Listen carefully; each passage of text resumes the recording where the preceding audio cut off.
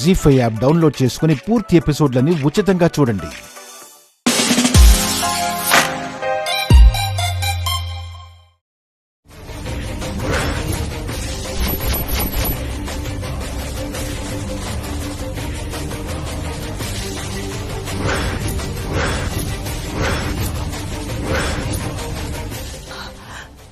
అమ్మ దివ్య, హర్ష, దివ్య, దివ్య, హర్ష.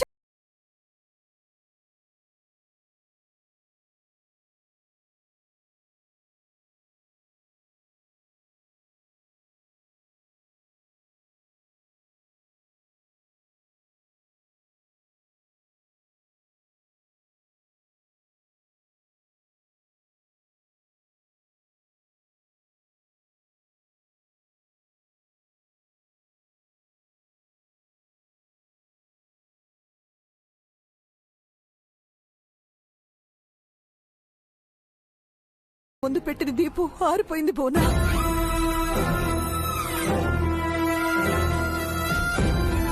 గాజులు పగిలిపోయాయి.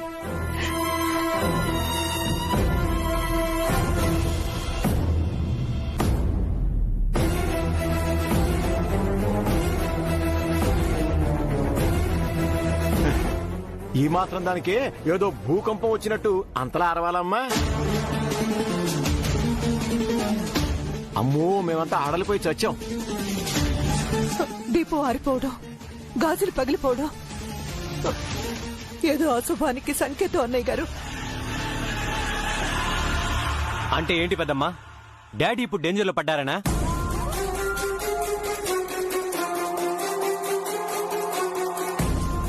వీళ్ళ వల్ల మావయ్య గారు ఎప్పుడో డేంజర్ లో పడ్డారు. ఇప్పుడు కొత్తగా ఏముందండి?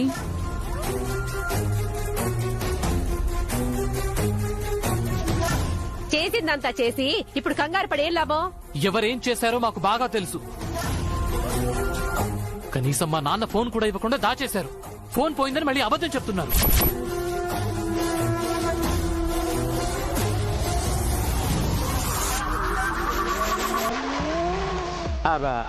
ఎవరు దాచారు బాబు? మాకేం తెలీదు. మీ నాన్నగారి ఫోన్తో మాకేం పని? ఆ పనేంటో చెప్పమంటారా బాబాయ్ గారు? మీరు ఆ ఫోన్ తో ఏమేం పనులు చేశారో చెప్పమంటారా? కొంపడీసి దేవుడయ్యతో నేను ఫోన్లో మాట్లాడింది నీవేకి తెలిసిపోయిందా ఏంటి?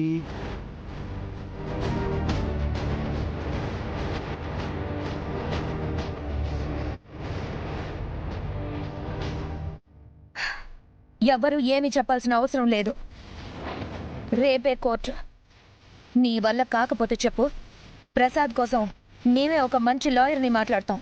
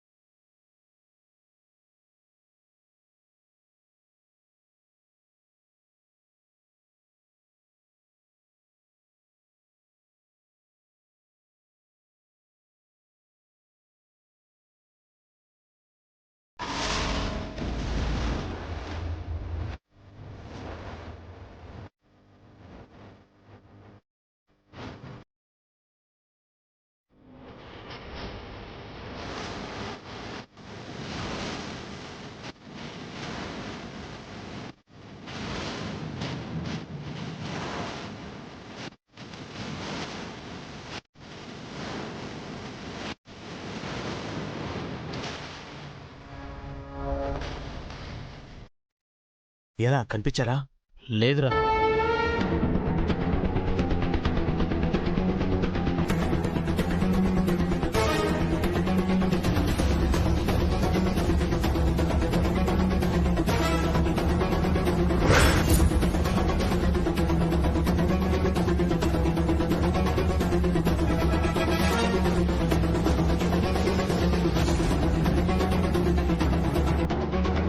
అటు చూద్దాం పదండి. ఆగండి, అటు చూడండి.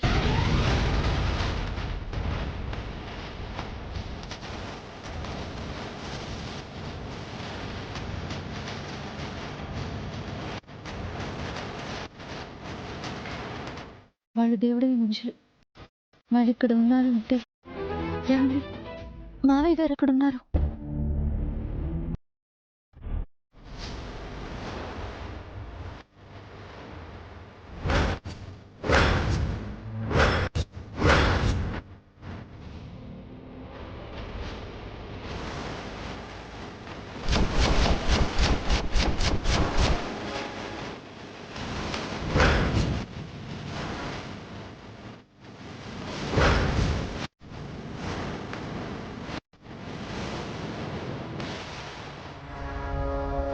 రేయ్, నువ్వు అటెళ్ళు. వాడు వాడే అయితే అక్కడే చంపేస్తా. అలాగే అన్నా.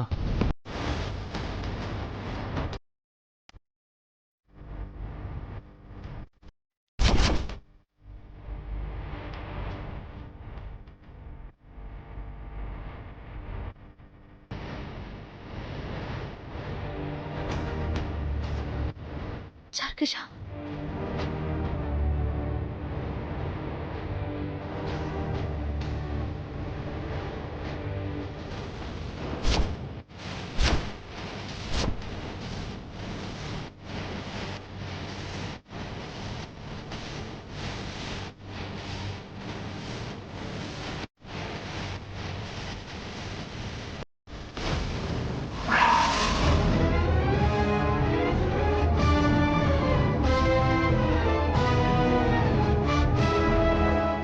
పదండి.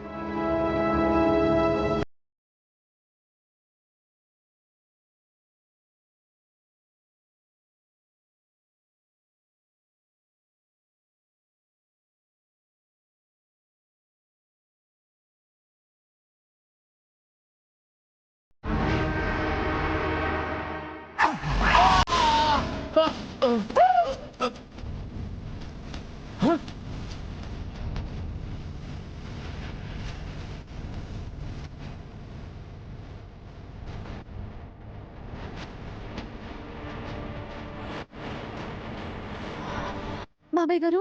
నాన్న, అమ్మా దివ్య, పెదబాబు, పెదబాబు. నాన్న, నాన్న. ఏమైంది మావయ్య? పెదబాబు, ఆ దేవుడే మనుషులు. మిమ్మల్ని జైలుకి పంపించిన దేవుడయ్యా మిమ్మల్ని చంపాలనుకుంటున్నాడు సార్.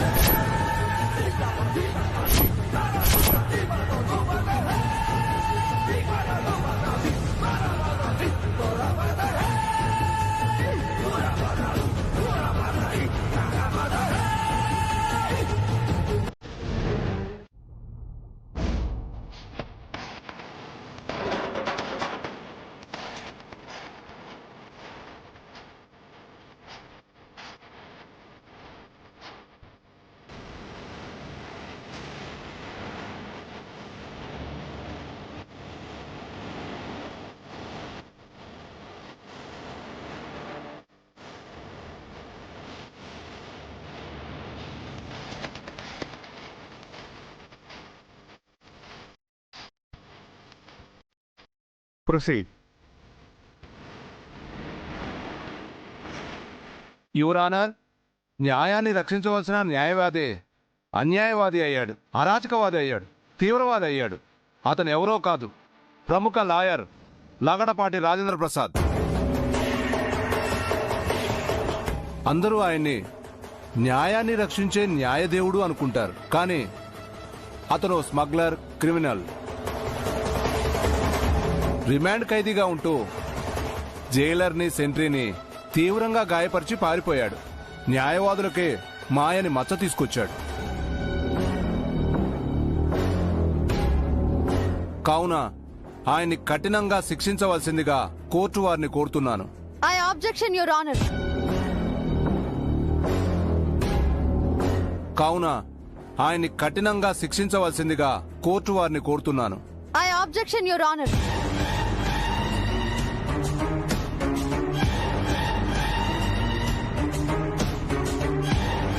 నేను లాస్ట్ సెషన్ లో చెప్పినట్టు రాజేంద్ర ప్రసాద్ గారిని కుట్రపూరితంగానే ఈ కేసులో ఇరికించారు. అన్యాయంగా ఆయన్ని బలి చేయాలనుకున్నారు. డిఫెన్స్ వారు చాలా బాగా తమ మామగారిని వెనకేసుకొస్తున్నారు. కుట్రలో ఇరుక్కోవడానికి ప్రసాద్ గారేం చిన్నపిల్లాడు కాదు, ప్రముఖ లాయర్, ఎంతో తెలివైన వారు. ఎంత తెలివైన వారైనా ఒక్కొక్కసారి అతి మంచితనానికి పోయి ఆపదలో పడుతూ ఉంటారు పీపీ గారు. అలాగే ప్రసాద్ గారు కూడా ప్రమాదంలో పడ్డారు యువర్ ఆనర్. తన ఇంటికొచ్చింది క్లయింట్ అనుకుని ఆ స్మగ్లర్ వలలో పడ్డారు.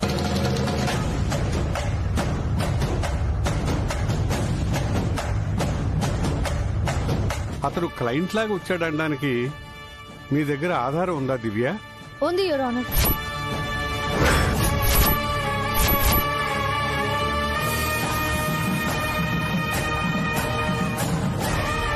కానీ దురదృష్టవశాత్తు ప్రసాద్ గారి ఫోను అందుబాటులో లేదు. ఆ ఫోన్లోనే ఆ సాక్ష్యాలన్నీ ఉన్నాయి.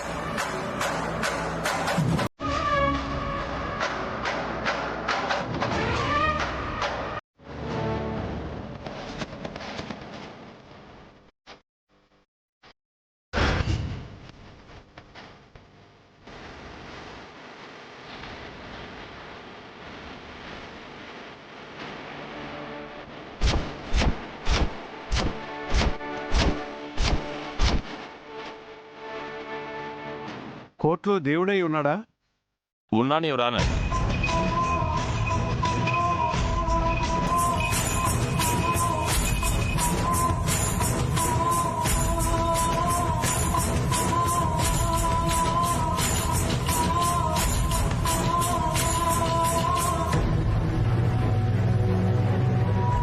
రాజేంద్ర ప్రసాద్ని స్మగ్లింగ్ కేసులో ఇరికించమని స్మగ్లర్తో మీరు చెప్పినట్టు ఇందులో క్లియర్ గా ఉంది. సారీ సార్, నా ఫోన్ పోయి 3 రోజులైంది. పోలీస్ స్టేషన్లో కంప్లైంట్ కూడా ఇచ్చాను. అవును సార్, నేనే కంప్లైంట్ తీసుకున్నాను. ఆ కంప్లైంట్ జెరాక్స్ కాపీ కూడా ఉంది.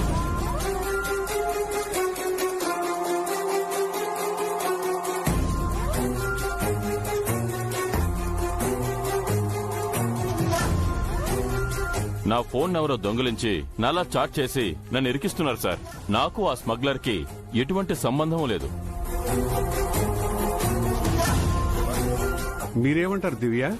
దేవుడయ్య ఫోను నీ చేతిగా వచ్చింది? అలా అడగండి సార్. తనే నా ఫోన్ దొంగతనం చేసింది.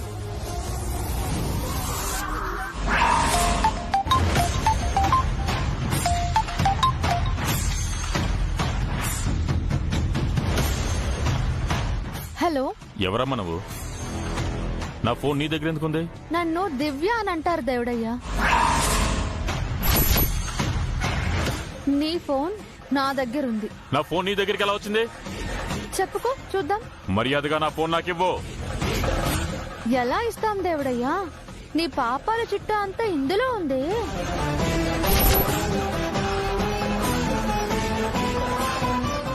రేపు కోర్టులో నీ ఫోన్ జడ్జి గారికి చూపించామంటే నీ బండారం అంతా తెలిసిపోతుంది. నువ్వు చేసిన నేరాలు ఘోరాలు అన్నీ కౌంట్ అవుతాయి. నువ్వు నీ కొడుకు జైలుకి, మా నాన్న మా ఇంటికి. మిమ్మల్ని చంపేస్తాను.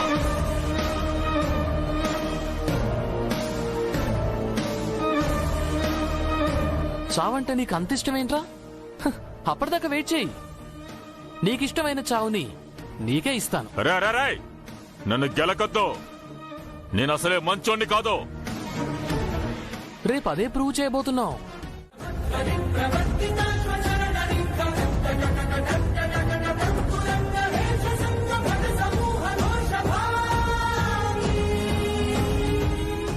లాయర్ దివ్య గారికి పిచ్చి పట్టినట్టుంది. ఒక పిచ్చివాణ్ణి తీసుకొచ్చి ప్రసాద్ గారని చెప్తుంది. ఆయన పిచ్చోడు కాదు పీపీ గారు. He's legendary advocate, great lawyer Shri Lagadapati Rajendra Prasad గారు.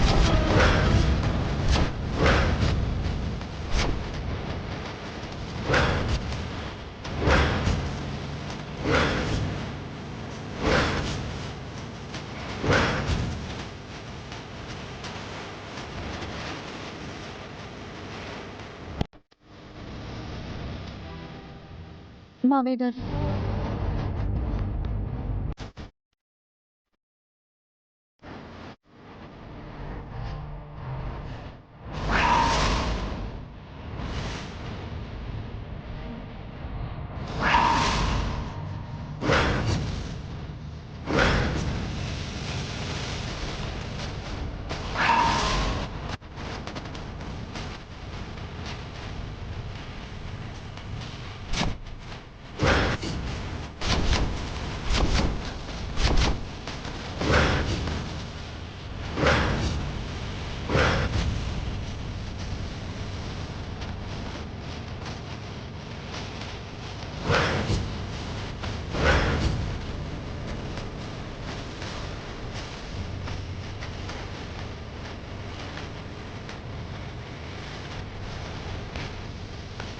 ప్రసాద్, ఏమిటి అవతారం? ఏం చేయమంటారు సార్? ఈ దేవుడయ్య వల్లో పడ్డాను.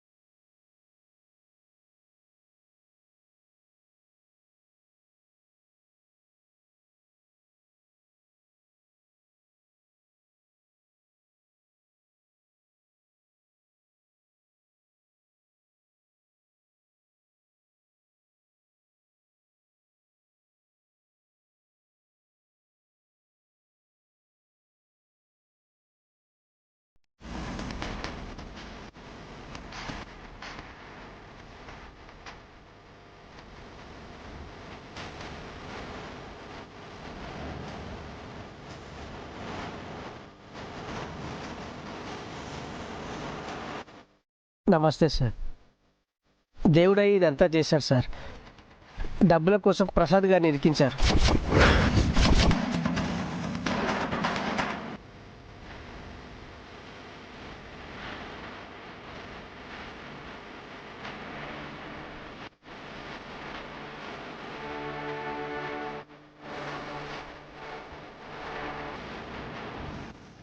యువర్ ఆనర్, సాక్ష్యాలన్నీ మీ ముందే ఉన్నాయి.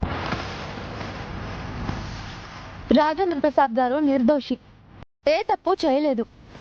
న్యాయ వ్యవస్థకే తలమానికం లాంటి ఈ మహానుభావుణ్ణి గౌరవించి విడుదల చేయవలసిందిగా కోరుకుంటున్నాను.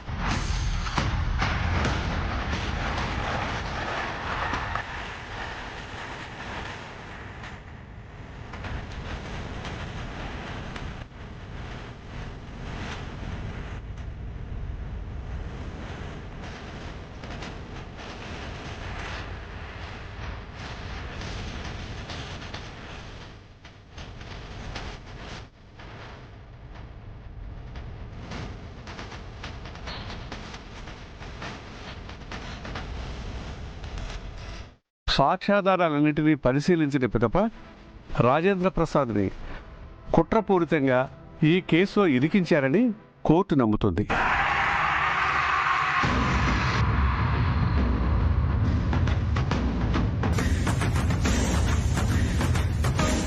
నిందితుడు దేవుడయ్య, అతని కుమారుడు సురేషు వ్యక్తిగత కక్షతో రాజేంద్ర ప్రసాద్ను, అతని కుటుంబ సభ్యులను ఇబ్బంది పెట్టారని రుజువైంది.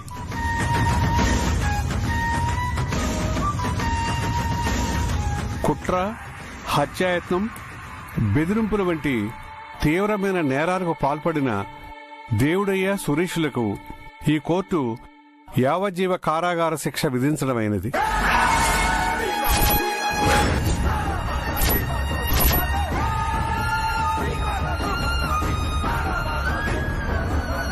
అలాగే రాజేంద్ర ప్రసాద్ను నిర్దోషిగా విడుదల చేయడం.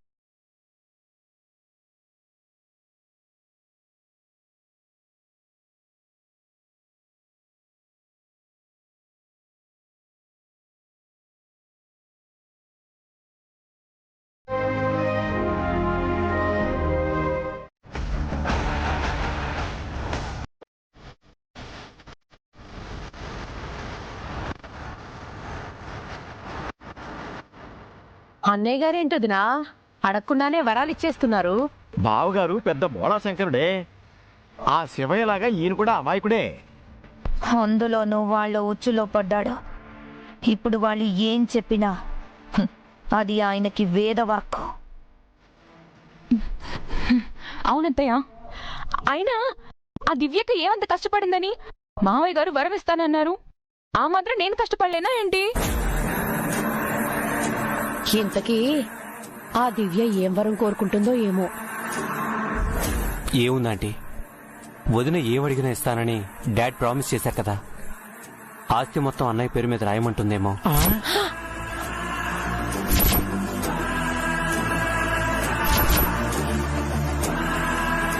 అప్పుడు మనం అడుక్కు తినాల్సి వస్తుంది అల్లుడు గారు.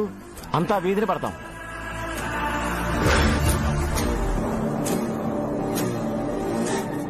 నా డౌట్ ఏంటంటే ఇన్నాళ్ళు పెద్దత్తని పక్కన పెట్టేశాం కదా, ఇప్పుడు ఆవిడకి ఇంపార్టెన్స్ కావాలని దివ్యకి అడుగుతుందేమో.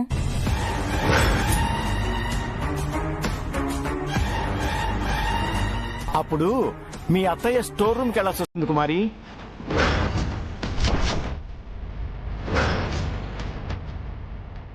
పెద్దావిడ మీ మావయ్య గారి పక్కన ఏకైక భారీగా చలామణి అవుతుంది. ఇన్నాళ్ళు ఆవిడ పడ్డ కష్టాలన్నీ పాపం ఇప్పుడు చెల్లెమో పడాలి.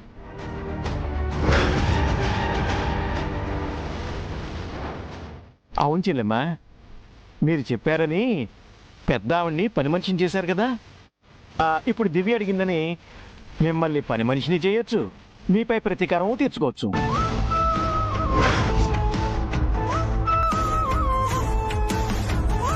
అది కాకపోతే మనం ఇన్నాళ్ళు వాళ్ళని ఇంటి బయట పెట్టేశాం కదా, ఇప్పుడు కొన్నాళ్ళు మనల్ని ఇంటి బయట పెట్టమని దివ్య అడుగుతుందేమో.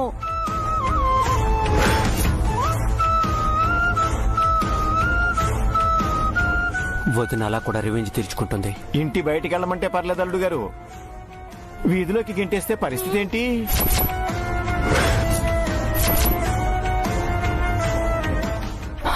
వాళ్ళు రోడ్డున పడతారనుకుంటే మనం రోడ్డున పడాలా నాన్న? తప్పదమ్మా, ఇప్పుడు దివ్య టైం నడుస్తుంది, మనకిది బ్యాడ్ టైం. లేదన్నయ్య గారు, ఆస్తి పోయినా నా స్థానం పోయినా లేదా మనం ఇంటి బయటికి వెళ్లాల్సి వచ్చినా నేను భరించలేను. నా వల్ల కాదు.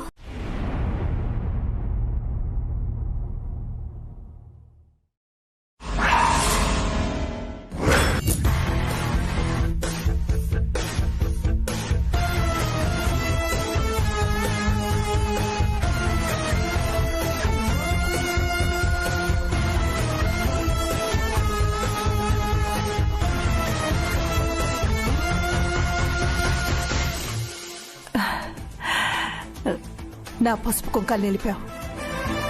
ఈ ఇంటి పరువు గౌరవం కాపాడావు. నువ్వు చేసిన మేలు ఈ జన్మలో మర్చిపోలేనమ్మా. చాలా థ్యాంక్స్ అమ్మా. థ్యాంక్స్ అన్నది చాలా చిన్న మాట. ఈ కుటుంబం మొత్తం నీకు రుణపడి ఉంటుంది. మేమంతా నిన్ను మా ఇంటి దేవతలా కొలుచుకోవాలి.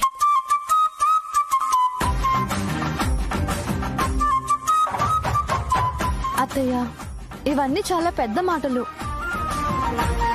నేను కూడా ఈ ఫ్యామిలీ మెంబర్నే కదా. మామయ్య గారు నాకు కన్న తండ్రితో సమానం. ఆయన్ని కాపాడడం నా బాధ్యత అత్తయ్య.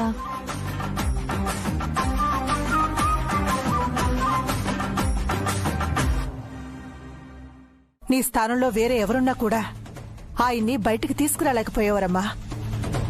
నువ్వు ఎంత గొప్ప పని చేశావో నీకే తెలీదు. గొప్పంతా నాదే కాదత్తయ్య, మావయ్య గారి మంచితనం, మీరు చేసిన పూజలన్నీ ఫలించాయి. ఇంతకీ ఈవినింగ్ నాన్నగారిని ఏం కోరుకోవాలనుకుంటున్నారండి?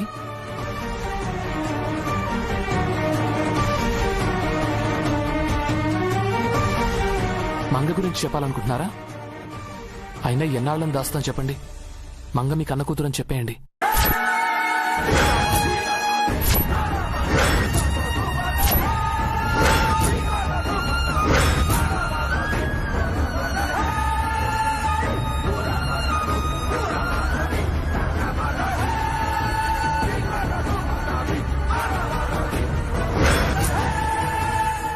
అవునమ్మా, ఎంతకాలమని మంగని పనిపిల్లగా పరాయి పిల్లగా చెప్తాం? మీ పెళ్ళైన కొత్తలో మీ మావయ్య గారు ఏమంటారోనని భయపడి నిజం చెప్పలేదు. మంచి సమయం కోసం ఎదురు చూశాం. ఇప్పుడు ఆ సమయం వచ్చింది.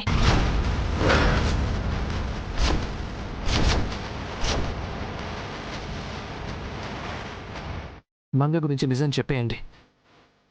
మంగ మీకు చాణక్య గారికి పుట్టిన పాప అని, చాణక్య గారు చనిపోయారని, మీకిది రెండో పెళ్లి అని ఏది దాచకుండా అంతా చెప్పేయండి.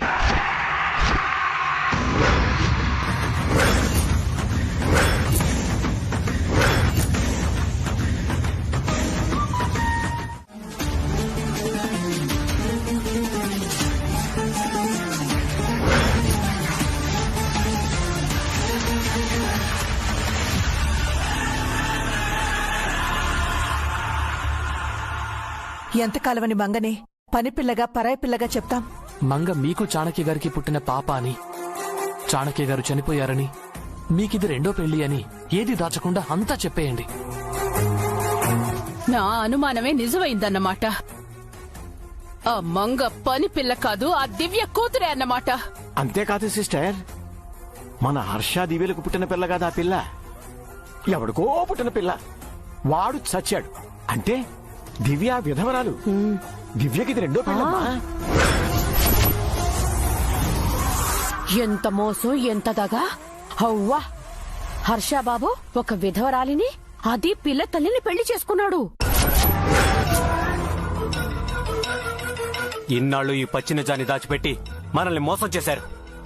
ఎంత పెద్ద కుట్ర చేశారు. ఈ నిజం సాయంత్రం దివ్యక్క మావయ్య గారికి చెప్పేస్తే ఆయన యాక్సెప్ట్ చేస్తారేమో.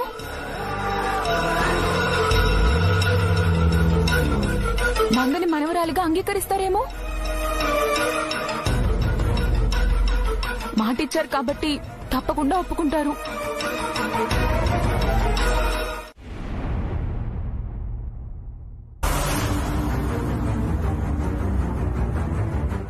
పెదబాబు, దివ్య ఎక్కడా? ఏమైందండి? ఎక్కడా? నీ కొడుకెక్కడా? కోడలెక్కడా? పెదబాబు, దివ్య, పెదబాబు. ఏమైంది అత్తయ్య?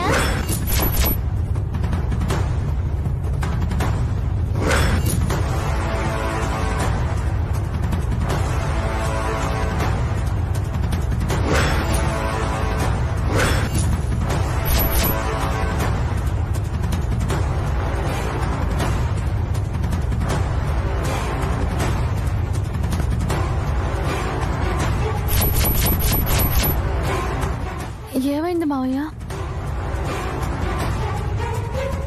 సూటిగా ఒక మాట అడుగుతాను, నిజం చెప్పు. అడగండి మావయ్య. నాపై నీ అభిప్రాయం ఏమిటి? మీరు నా కన్న తండ్రితో సమానం మావయ్య. మీపై నాకు అభిమానం, గౌరవం ఉన్నాయి. నిజంగా నా మీద గౌరవం ఉంటే నువ్వు ఇలాంటి పని చేస్తావా?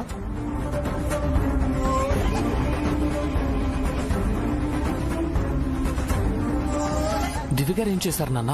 ఒక పచ్చి నిజాన్ని నా దగ్గర దాచిపెట్టింది.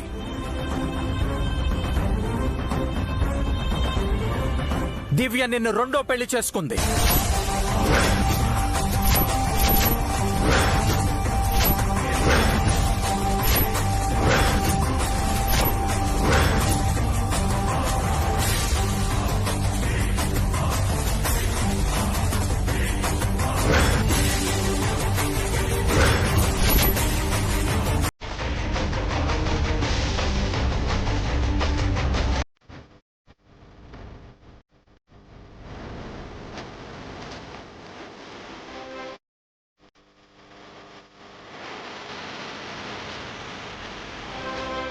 క్షమించండి మావయ్య. అది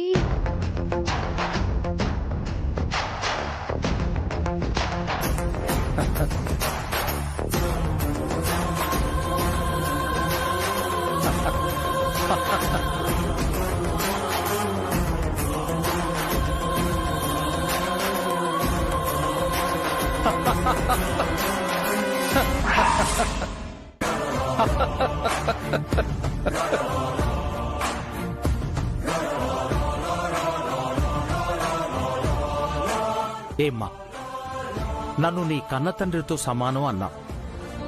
ఇన్నాళ్ళు ఈ నిజాన్ని నా దగ్గర ఎందుకు దాచావు?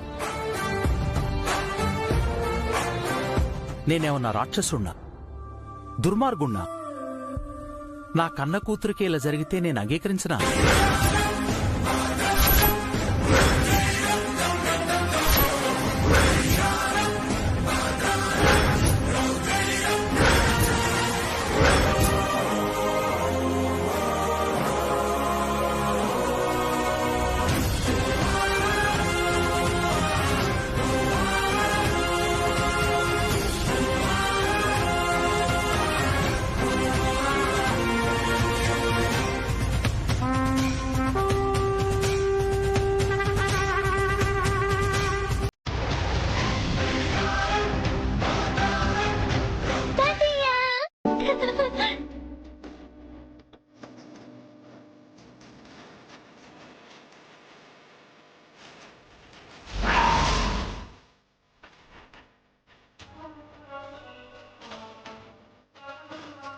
మంగ, తాతయ్య అని నోరారా పిలిచు. ఈ పిలుపు నిజం నువ్వన్నా ఎందుకు చెప్పలేదమ్మా?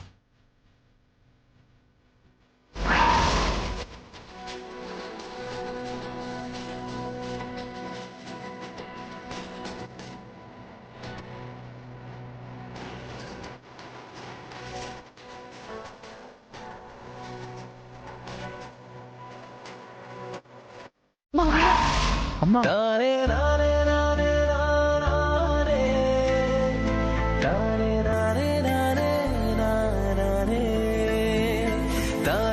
చిన్నప్పుడు నీ తండ్రితో నువ్వు ఎక్కువ సమయం గడపలేదని విన్నాను. అందుకనే భగవంతుడు నా రూపంలో నీకు తండ్రినిచ్చాడు. నాకు కూతుళ్ళు లేరు, అందుకే భగవంతుడు నీ రూపంలో నాకు కూతుర్నిచ్చాడు.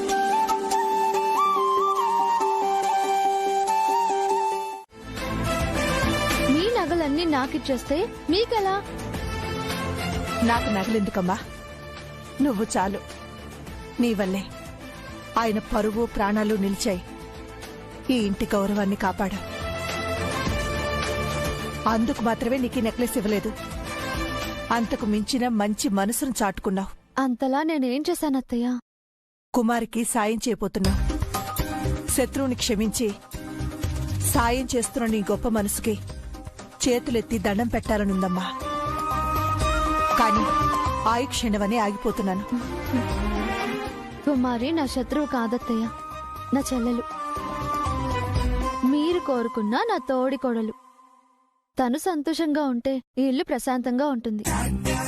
అందుకే వాళ్ళు దాచిన నిజాన్ని మావయ్య గారి దగ్గర వరంగా అడగబోతున్నాను. మరి మంగ గురించి ఎప్పుడు చెప్తావమ్మా?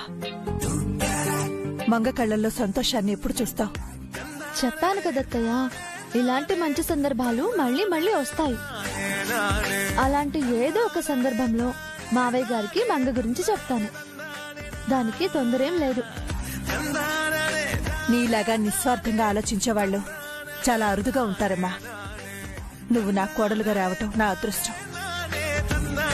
ఇంత మంచి కుటుంబం నాకు దొరకడం నా అదృష్టం కూడా అత్తయ్య. ఈరోజు మావయ్య గారి సంతోషం చూడాలి, కుమారి ఆనందం చూడాలి.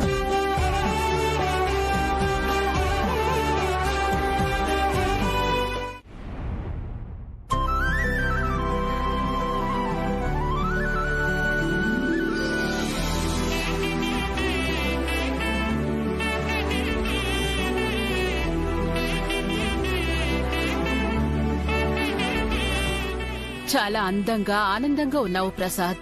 అందం సంగతేమో కాని ఆనందంగా ఉన్నాను అన్న మాట మాత్రం నిజం. మీ సంతోషానికి కారణం దివ్య కదా?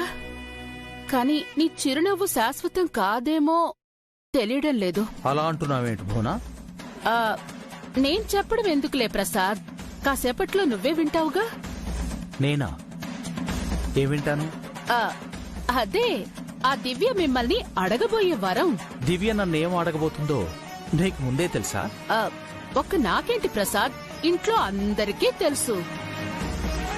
అందరికీ తెలియటమేంటి? హర్షబాబు కూడా తెలివైనోడే, నీ ముందు బయటపడలేదు. ఇంత పెద్ద నిజాన్ని సుమిత్రక్క దాస్తుందని నేనూహించలేదు.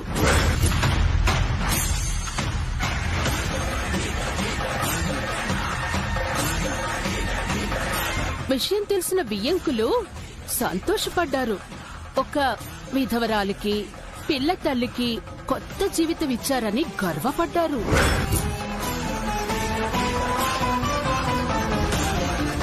బయట గెస్ట్లయితే హర్షకి అన్ని నీ పోలికలే వచ్చాయని, రెండో పెళ్లి అమ్మాయిని పెళ్లి చేసుకున్నాడని చెప్పుకుంటున్నారు ప్రసాద్. పోన్లీ ప్రసాద్, ఇది మన పరువు పోయే విషయమైనా పైకేం చెప్పలేం కదా. అందుకే ఎవరేం అడిగినా జస్ట్ ఊకొట్టు అని అన్నాను. జీ5 యాప్ డౌన్లోడ్ చేసి అన్ని ఎపిసోడ్స్ పూర్తి ఉచితంగా చూడండి.